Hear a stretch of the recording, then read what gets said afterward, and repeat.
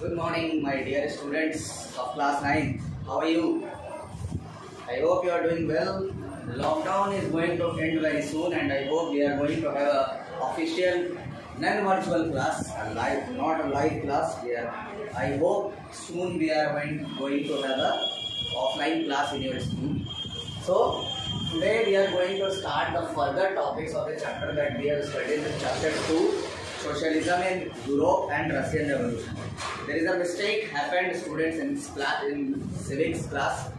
Okay, हुआ ये कि लास्ट जो सिविक्स का आप लोगों का जो क्लास था, उस क्लास में एक थोड़ी सी गलती हो गई मेरे से. एक्चुअली मैं चैप्टर की शुरुआत करने वाला था चैप्टर 2, लेकिन शुरुआत हो गई गलती से चैप्टर 3 इलेक्ट्रल पॉलिटिक्स, जो आप लोगों को की चैप्टर जो शुरुआत हुई. तो don't worry about that, I will also finish chapter 2 also. The chapter 2 name is constitutional design, तो वो भी होगा. चैप्टर 3 भी होगा, लेकिन अब शुरुआत हो गई है पहले चैप्टर 3, तो मैं चैप्टर 3 ही पहले ख़त्म कर देता हूँ. ऐसा कुछ खास दिक्कत वाली बात नहीं है कि आप अगर चैप्टर 2 पढ़ोगे तो चैप्टर 3 जो है वो मिस हो जाएगा. ठीक है, चैप्टर 3 पढ़ोगे तो चैप्टर 2 में कुछ समझ में नहीं आएगा. नहीं, चैप्टर 3 भी खत्म हो जाएगा, चैप्टर 2 भी खत्म हो जाएगा, दोनों बहुत अच्छे से खत्म हो जाएगा. ठीक है, और दोनों में पढ़ाऊंगा, चिंता मत करना. वो गलती से मैं चैप्टर 2 की जगह चैप्टर 3 पढ़ाना शुरू कर गया था. ठीक है, मेरे को लगा कि यही तीसरा चैप्टर है आप लोग. चलिए कोई नहीं. So we will start with the last topic जो हम लोगों ने सोशलिज्म इन रशिया में पढ़ी थी. लास्ट टॉपिक जो था वो था फरवरी रेवोल्यूशन और पेट्रोग्रेड. फरवरी में किस तरीके से स्ट्राइक्स हुए और रेवोल्यूशन हुआ पूरे शहर के अंदर, वर्कर्स लोगों ने रेवोल्यूशन किया. पेट्रोग्रेड जो कि उस समय रशिया का कैपिटल था, वहाँ पे एक प्रोविजनल गवर्नमेंट बन गया. ठीक है, आफ्टर फरवरी के बाद की कहानियां जो हम लोगों ने लास्ट क्लास में देखी थी डिस्कस करने के लिए, कि फरवरी के बाद की कहानियां क्या क्या हुई रशिया के अंदर. Let's discuss that. Army officials, land owners and industrialist were influenced in the provincial government, but the liberals as well as socialists among the work towards the elected government. ठीक है, आर्मी ऑफिशियल्स जितने भी देश के अंदर जो थे Russia के अंदर, लैंड ओनर्स जमीन के मालिक लोग, ठीक है, इसके अलावा इंडस्ट्रियलिस्ट, जितने भी इंडस्ट्रियलिस्ट, तो ये लोग जितने भी लोग थे, जो अमीर लोग, पैसे वाले लोग, ये लोग उस प्रोविजनल गवर्नमेंट से बहुत ज़्यादा इंस्पायर थे. प्रोविजनल गवर्नमेंट का मतलब होता क्या है? ठीक है बच्चों, प्रोविजनल गवर्नमेंट, प्रोविजनल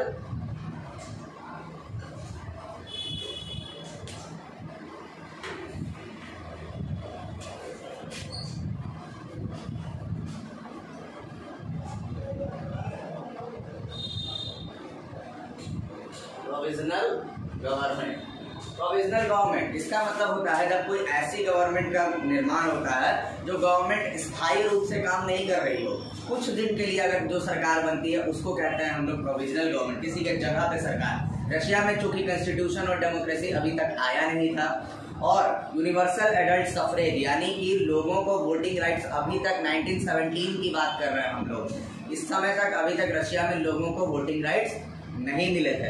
तो ये प्रोविजनल गवर्नमेंट वर्क कर रही थी, जो कि वहाँ के राजा जार जो थे वहाँ के, निकोलस II, उन्होंने इसको बनाया था. ठीक है, जो कि पार्लियामेंट भी कई बार वो, जैसा कि हम लोगों ने डिस्कस किया था कि दूमा को कई बार वो डिसमिस कर चुके थे. तो ऐसी चीज़ें रशिया में लगातार चल रही थी. फरवरी में कुछ चेंजेस आए. भाई क्या क्या चेंजेस है? ठीक है, जैसे कि हम बता रहे थे कि आर्मी ऑफिशियल्स, लैंड ओनर्स, इन लोगों को प्रोविजनल गवर्नमेंट में बहुत भरोसा था. But the liberals as well as socialist among them work towards the elected government. लेकिन उस देश के अंदर जो लिबरल लोग थे, ठीक है, और सोशलिस्ट लोग थे, ये लोग समाजवाद लोग, ये लोग एक ऐसी इलेक्टेड गवर्नमेंट चाहते थे जो जनता के द्वारा चुन के आए, वो चाहते थे. Restrictions on public meetings, associations were removed. Soviets like the Petrograd soviet were set up everywhere through common system of election was followed. ठीक है, बहुत मीटिंग्स वगैरह, लोग एक जगह इकट्ठा नहीं होते थे, बहुत सारी चीज़ें थे रशिया में. पब्लिक मीटिंग्स पे प्रतिबंध लगा हुआ था रशिया के अंदर. कोई आप एसोसिएशन नहीं फॉर्म कर सकते थे किसी भी तरीके का. ये सब चीज़ें उस समय बंद थी. ठीक है, सोवियत, जैसा कि पेट्रोग्रेड सोवियत जो है, हर जगह एक सरकारी संस्थान, सिर्फ और सिर्फ जो प्रोविजनल गवर्नमेंट थी वो हर जगह अपनी ही राज, अपना ही तंत्र चला रही थी इस समय. अब आती है कहानी में शुरुआत. ठीक है, कहानी में अब होती है बच्चों हीरो की एंट्री. ठीक है। यहाँ तक फरवरी 1917 तक रशिया के पूरी सेनारियों में लेनिन का नाम आप लोगों ने सुना था, लेनिन एक पार्टी बनाया था लेनिन ने। तो अभी तक पूरे सेनारियों में आप लोगों ने लेनिन का ज़्यादा योगदान नहीं देखा होगा। क्यों? क्योंकि लेनिन जो थे वो उस समय जेल में थे, ठीक है। इनको रशिया की गवर्नमेंट ने उठा के जेल में डाल दिया था, क्योंकि इन्होंने जो पार्टी बनाई थी उस पार्टी के चक्कर में। बट अब इन अप्रैल 1917 बोल्शेविक पार्टी के लीडर थे, ये बहुत इंपॉर्टेंट है बच्चों, ये हमेशा याद रखिए कि रशिया की पार्टी का नाम, लेनिन की पार्टी का नाम क्या था, ठीक है, क्योंकि ये बहुत इंपॉर्टेंट है। बोल्शेविक पार्टी, क्या नाम था?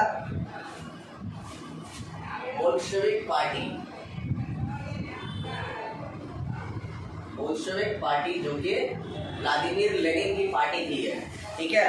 तो इस पार्टी में हुआ the Bolshevik leader Vladimir Lenin return in Russia from his exile. April 1917 में लेनिन जो था वो रशिया लौट के आया अपने सजा काट के।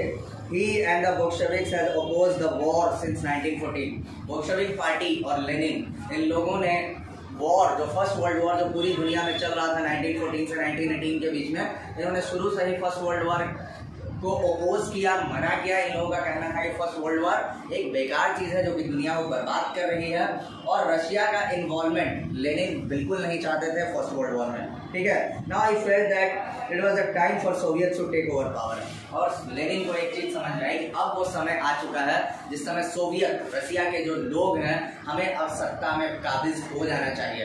अब हम लोगों को इस सत्ता में वो बराबर का हक मिलना चाहिए जिनके हम लोग हकदार हैं, ये कहना था लेनिन का, ठीक है।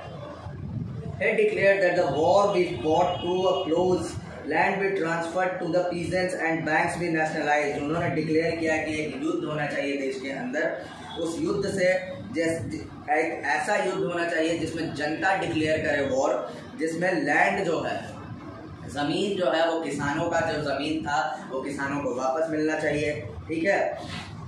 बैंक्स, रशिया के अंदर जितने भी बैंक्स हैं सारे के सारे बैंक्स को सरकारी कर देना चाहिए, ये लेनिन का कहना था। लेनिन एक पूरे तरीके से जो सत्ता चाहता था वो अब लोगों के हाथ में चाहता था, मतलब वो क्या चाहता था? डेमोक्रेसी चाहता था रशिया के अंदर। These three demands, एक और चीज चाहता था, बैंक्स भी नेशनलाइज्ड और लोगों के हाथ में सत्ता। These three demands were Lenin's April thesis. He also argued that the Bolshevik party renamed itself to Communist Party to indicate the new radical aims।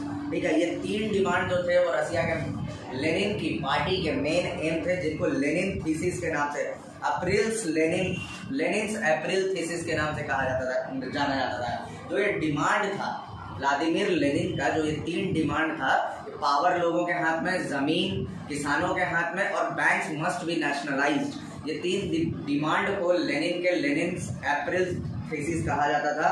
Lenin एक और चीज चाहता था कि उसकी जो पार्टी थी बोल्शेविक पार्टी, उस पार्टी का नाम बदल के कम्युनिस्ट पार्टी कर दिया जाए, जिससे एक लोगों की भलाई के लिए काम हो, ठीक है। ये सब चीजें, ये सब बदलाव चल रहा है। Most others in the Bolshevik party where initially surprised by the April thesis. ज़्यादातर लोग जो बोल्शेविक पार्टी के थे वो उन लोगों ने ये जो अप्रैल थीसिस जो लेनिन का जो लाया गया था, इस अप्रैल थीसिस से बहुत ज़्यादा सरप्राइज थे।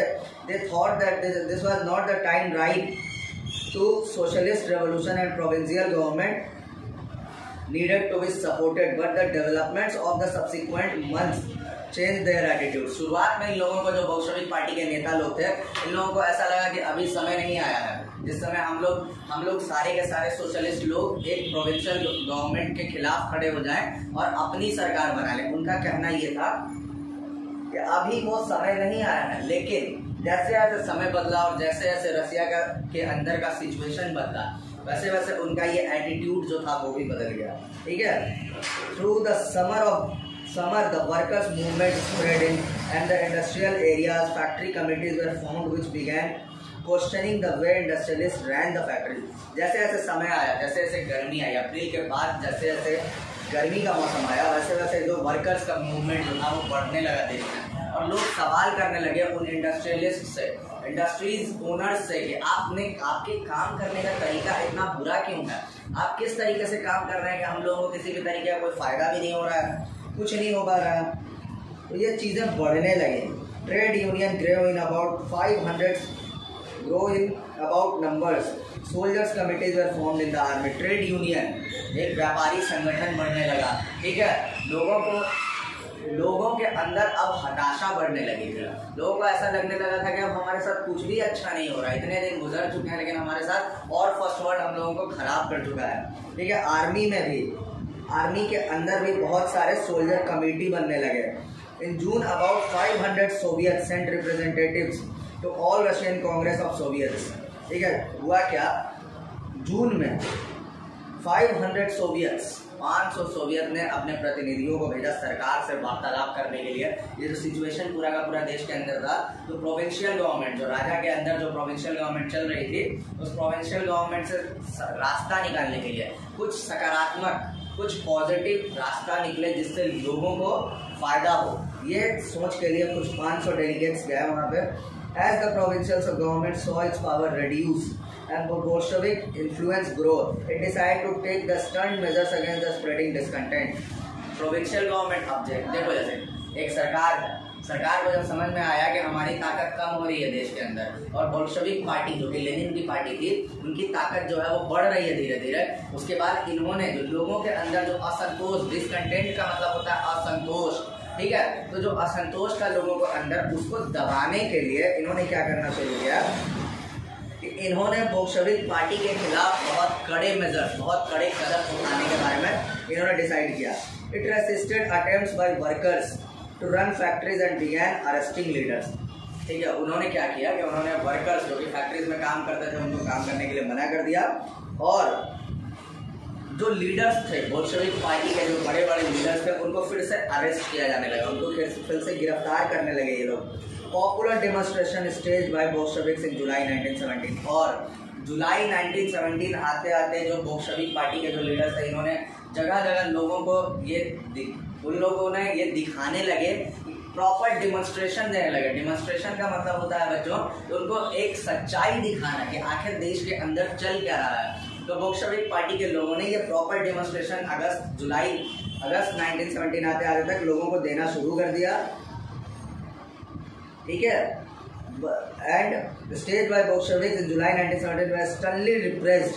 Many Bolshevik leaders had to go in hiding or flee. तो ये सारी चीज़ों को प्रोविंशियल गवर्नमेंट ने बहुत बुरे तरीके से दबाया। उन्होंने बहुत स्टर्न मेजर्स, बहुत कड़े मेजर्स लिए, इतने कड़े मेजर्स लिए कि बहुत सारे बोल्शेविक पार्टी के नेताओं को या तो छिपना पड़ा या तो देश छोड़ के कहीं भागना पड़ा, ऐसी सिचुएशन आ गई थी। Meanwhile, in the countryside, peasants and their socialist revolutionary leaders pressed for a redistribution of land. और गाँवों के साइड में जो पीजेंट्स लोग थे, उन्होंने एक कड़ा मेजर्स लिया और सोशलिस्ट लोगों ने उनका साथ दिया, जिससे रीडिस्ट्रीब्यूशन ऑफ लैंड हो सके, जमीनों का फिर से देश के अंदर बंटवारा जो है वो सही ढंग से हो सके। Land committees were formed to handle this, और एक लैंड कमेटी बनी जो इन सारे रीडिस्ट्रीब्यूशन के सिस्टम को हैंडल करेगी। गाँवों का ये सिचुएशन है। Encouraged by the socialist revolutions, peasants seized land between July and September 1917. और जो उनको पीजेंट्स को, जो किसानों को जो ये शह मिला कि आपके ज़मीनों को फिर से रिडिस्ट्रीब्यूट किया जाएगा, इससे उन लोगों ने क्या किया कि सीज्ड लैंड, इन्होंने ज़मीनों को सीज करना शुरू किया, कब्जा करना शुरू किया। और जुलाई से लेकर सितंबर के बीच में बहुत सारी ज़मीनों को गाँव के जगह पे उन्होंने कब्जा कर लिया। ये पूरा का पूरा सिचुएशन एक रेवोल्यूशन की तरफ बढ़ रहा था।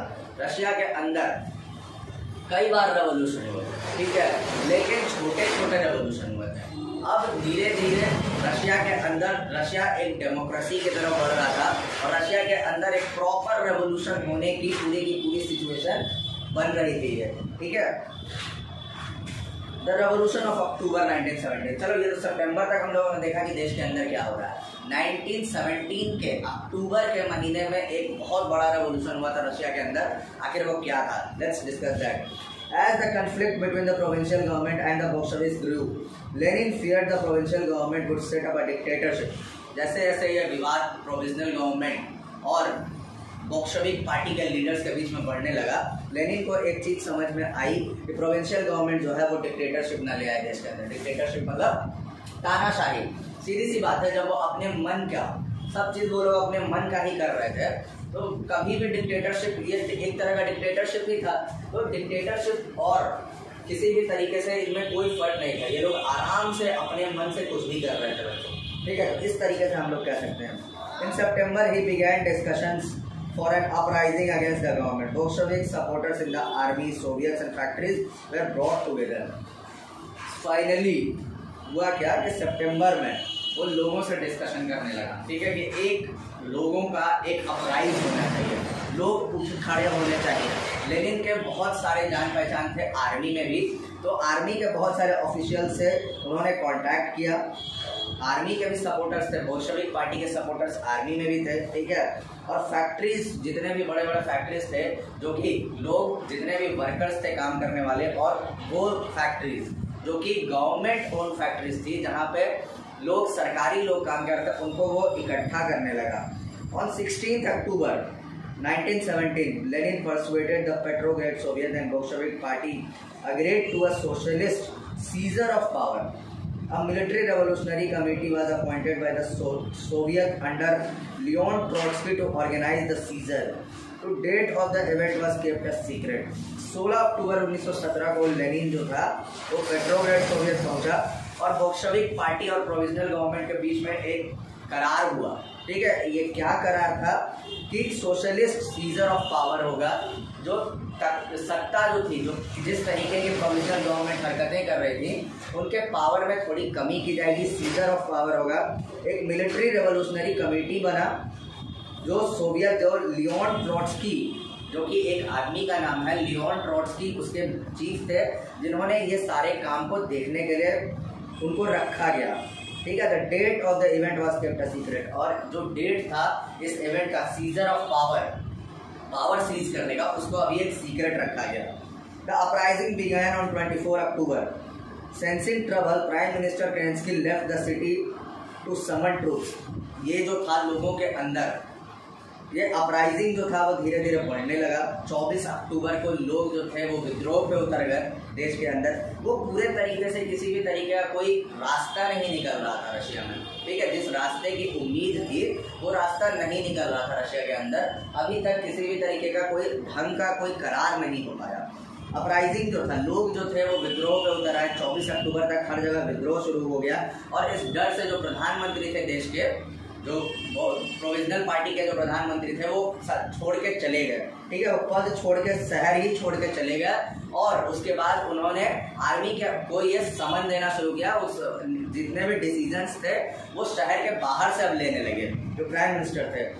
Eight dawn, military men loyal to the government seize the buildings of 2 Bolshevik newspapers. सुबह 24 अक्टूबर की सुबह जो मिलिट्री लोग थे, जो प्रोविजनल गवर्नमेंट के, जो ऐसे प्रोविजनल गवर्नमेंट के जो समझ लो कि जो गुलाम थे, ठीक है, जो उनके वफादार थे, वो लोग क्या किया, उन लोगों ने बोल्शेविक पार्टी, डॉन का मतलब होता है एकदम अर्ली मॉर्निंग का, बोल्शेविक पार्टी के जो न्यूज़पेपर की ऑफिस थी, उसके ऑफिसेस को 2 जगह उन्होंने सीज कर दिया। एकदम सुबह की बात है। Pro government troops were set up to take telephone and telegraph offices and protect the Winter Palace. और वैसी लोग, एक पूरा का पूरा एक आर्मी सेटअप किया गया, ठीक है, जो प्रो गवर्नमेंट, जो सरकार को सुरक्षा देगी, और पूरा का पूरा एक फोर्स बनाया गया जो विंटर पैलेस, जहाँ पे राजा रहा करते थे, विंटर पैलेस को सुरक्षा देगी। मतलब पूरे तरीके से उनको गार्ड कर दिया गया वहाँ पे। 24 अक्टूबर के दिन की बात है ये। In a swift response, the military revolutionary committee ordered the supporters to seize government offices and arrest ministers. तो मिलिट्री रेवोल्यूशनरी कमेटी जो बनी थी लियोन ट्रोट्स्की के अंडर, जिसकी हम लोग बात कर रहे थे, इन्होंने क्या किया, इसके रिस्पॉन्स में जो उन लोगों की हरकत थी, प्रोविजनल गवर्नमेंट की हरकत थी, इन्होंने उसके रिस्पॉन्स में अपने लोगों को भड़काया कि आप भी जाएं सड़कों पे और बहुत सारे गवर्नमेंट ऑफिसर्स जो भी हैं उनको सीज करना शुरू करना। ये ऑर्डर दिया मिलिट्री रेवोल्यूशनरी कमेटी ने। Late in the day the ship Aurora sailed the Winter Palace. Other vessels sailed down the Neva and took over various military points. Ship आया, ठीक है, रशिया के अंदर बहुत बड़े बड़े जगह से मिलिट्री शिप्स आए, जो वहाँ पे आके कब्जा करना शुरू किया। मिलिट्री रेवोल्यूशनरी कमेटी के जो लोग थे, ठीक है, एक शिप आई जिसका नाम था औरोरा, जो कि विंटर पैलेस तक पहुंची। इसके अलावा At a meeting of all the Russian Congress of Soviet Petrograd, the majority approved the Bolsheviks' actions. Uprising took place in other cities. There was heavy fighting, especially in Moscow. But by December, the Bolsheviks controlled the Moscow Petrograd areas. ये जो meeting हो रहा था इन लोगों का military revolutionary committee का, इन्होंने Bolshevik party को मान्यता दी और लेनिन जो कि बोल्शेविक पार्टी के लीडर थे उनको ये मान्यता दी गई कि आप इसको लीड करेंगे। शहरों में बहुत सारे जगह पर, जैसे मॉस्को, रशिया कैपिटल जो था, रशिया के मॉस्को के अलावा पेट्रोग्राड में लोग बहुत ज़्यादा ये फाइटिंग वायलेंस इन्वॉल्व हो गया था। देखो सबसे बड़ी बात क्या है कि रशिया के अंदर जो भी रेवोल्यूशन हुआ वो प्योर वायलेंस के थ्रू हुआ, मार काट, लड़ाई झगड़ा, ठीक है, लोग सड़कों पे उतरना, बहुत सारे लोगों का मारा जाना। हम लोगों ने पहले भी जो फरवरी से पहले जो रेवोल्यूशन हुआ था रशिया के अंदर, उसमें भी हम लोगों ने देखा था किस तरीके से लोग जो थे वो लड़ कट के मर रहे थे। तो फाइनली दिसंबर तक बोल्शेविक पार्टी ने मॉस्को और पेट्रोग्रेड के एरिया को अपने अंदर कब्जा ले लिया पूरे तरीके से। अब दो जो बड़े शहर थे मॉस्को और पेट्रोग्रेड, वो अब किस पार्टी के अंदर आ चुका था? बोल्शेविक पार्टी के अंदर, ठीक है। तो ये था यहाँ तक की स्टोरी। Excuse me please.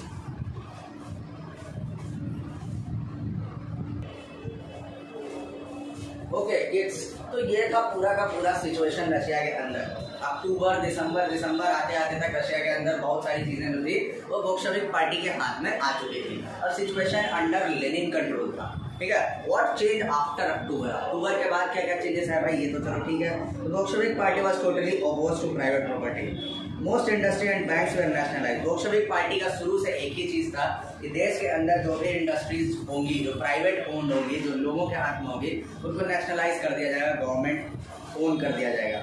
तो ज़्यादातर इंडस्ट्री जो थे उनको नेशनलाइज कर दिया गया। नवंबर 1917 तक आते आते ज़्यादातर ये नेशनलाइज कर दिया गया। This means that the government took over the ownership and management. और इसका मतलब यही है कि कंपनी के अंदर जितनी भी इंडस्ट्रीज थी होंगी उनके अंदर सारे काम जो होंगे और मैनेजमेंट का सारा काम वो कौन करेगा? गवर्नमेंट करेगी, रशियन गवर्नमेंट करेगी, ठीक है। This meant that the government took over the ownership and land. Land was declared social property and peasants were allowed to seize the land of the nobility. जमीनें जो थी वो जो नोबिलिटी के हाथ में जो जमीनें थी उनसे छीनने का हक था गवर्नमेंट को, और पीजेंट्स को इतना हक था कि वो अपने जमीन को अपने हाथ में ले सकें, ठीक है। ये पूरा का पूरा अब जमीनें जो थी उसको भी सरकारी घोषित कर दिया गया। शहरों में बोल्शेविक्स लोगों ने enforce the partition of large houses according to the family requirements. बड़े घर थे जिनके फैमिली में जितने लोग हैं जैसी जरूरत वैसा घर, मतलब ऐसा नहीं है कि अगर आप अमीर हैं तो आप बड़े घर में रहिएगा। घरों का भी डिस्ट्रीब्यूशन कर दिया बोल्शेविक पार्टी ने शहरों में। To assert this change they banned the use of old titles of aristocracy. Aristocrats लोग, जो अमीर लोग, जो मिडिल क्लास से ऊपर जो लोग आते हैं, उन लोगों ने जो टाइटल्स वगैरह जो लगाते थे वो सारे टाइटल्स पर बैंड लगा दिया गया, ठीक है। तो assert this change new uniforms were design for the army and officials following a clothing competition organised in 1918 when the Soviet hat was chosen, ठीक है। और यूनिफॉर्म बदल दिया गया आर्मी का, ठीक है। यूनिफॉर्म, इस सारी चीज़ों को डिक्लेयर करने का तरीका अलग अलग होता है। तो आर्मी का यूनिफॉर्म बदल दिया गया और इसके लिए 1918 में उन्होंने एक कंपटीशन भी रखा था जिसमें से सोवियत हैट को डिक्लेयर किया गया। तो Bolshevik party was renamed the Russian communist party. Bolshevik party का नेम चेंज हो गया। बोल्शेविक पार्टी क्या बन गया? Russian communist party.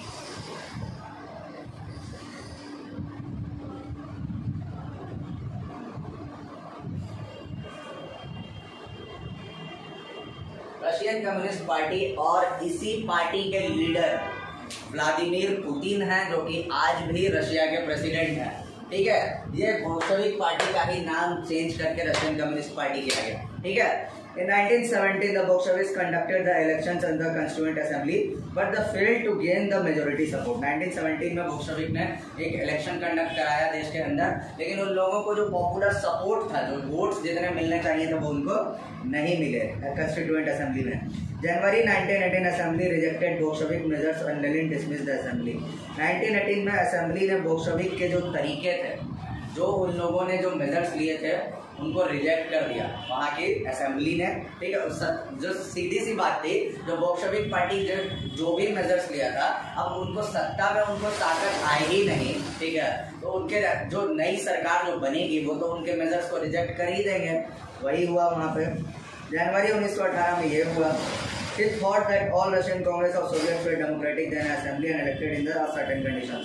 In March 1918, despite opposition by their political allies, the Bolsheviks made peace with the Germany at Brest-Litovsk, ठीक है। अब जो लेनिन की जो पार्टी थी उनको उतना सपोर्ट तो मिला नहीं देश के अंदर। उन्होंने अगल बगल के देशों से, अगल बगल की पॉलिटिकल पार्टीज को कहा कि आप मुझे सपोर्ट करें। जर्मनी की जैसे एक पॉलिटिकल पार्टी थी, उन्होंने उनको सपोर्ट किया। In the years that followed the Bolsheviks became the only party to participate in the elections to the All Russian Congress of Soviets which became the parliament of the country. और जैसे जैसे समय गुजरा, Bolshevik party जो थी वो अकेली ऐसी पार्टी थी जो रशिया में चुनाव लड़े, मतलब all and sole Bolshevik party के ही हाथ में बहुत सारी चीजें रशिया के अंदर आ चुकी थी जो कि वहां पे चुनाव लड़ती। Russia became the one party state. Russia जो था वो अब एक पार्टी का ही स्टेट अब बन के चुका है यहाँ से, ठीक है। यहाँ पे वन पार्टी स्टेट ही है।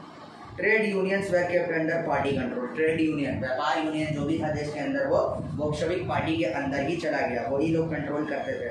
द सीक्रेट पुलिस जो कि एक बहुत इंपॉर्टेंट था रशिया में, जिनको कहा जाता था चेका फर्स्ट, बाद में उनका नाम OGPU NKVD, ये सब नाम चेंजेस हुए, ठीक है। जो सीक्रेट पुलिस था वहाँ पे punished those who criticise the Bolsheviks.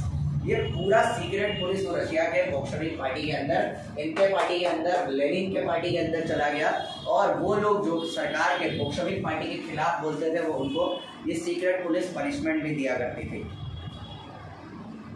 Many young writers and artists rallied to the party because it stood for socialism and for change. और जो यंग लोग थे रशिया के अंदर, ठीक है, वो लोग बोल्शेविक पार्टी को सपोर्ट करते थे, उनके आइडियोलॉजी को सपोर्ट करते थे। क्यों सपोर्ट करते थे?